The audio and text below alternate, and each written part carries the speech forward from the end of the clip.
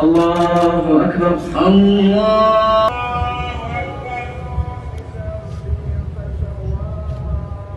سمع الله لمن حمده.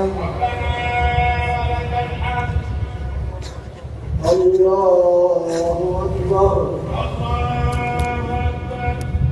Bulalım da yazık günah da hayvana öyle.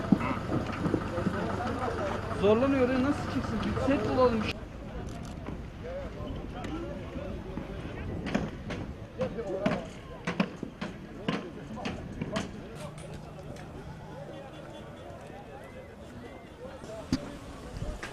Ekmek var.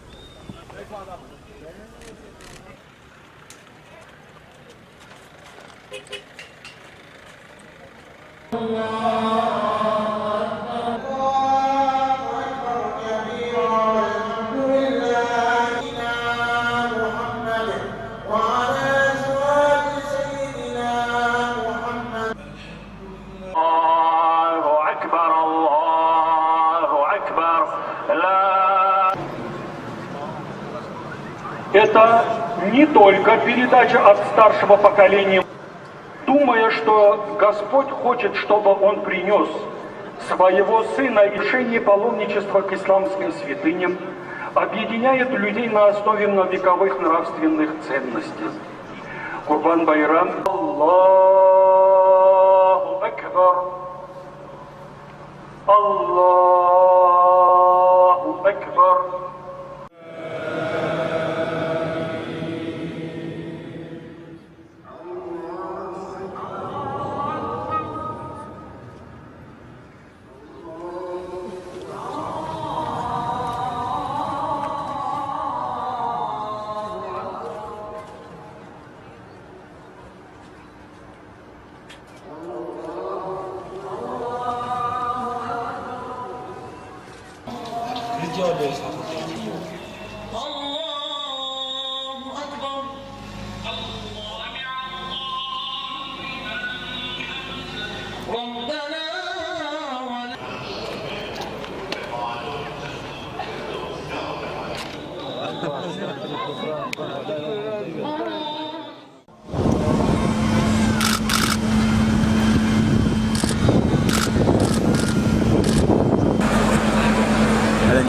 Start from what? That salt or start from there and go right? Well, do a bit of that. Leave that for the main and then just put it left and go.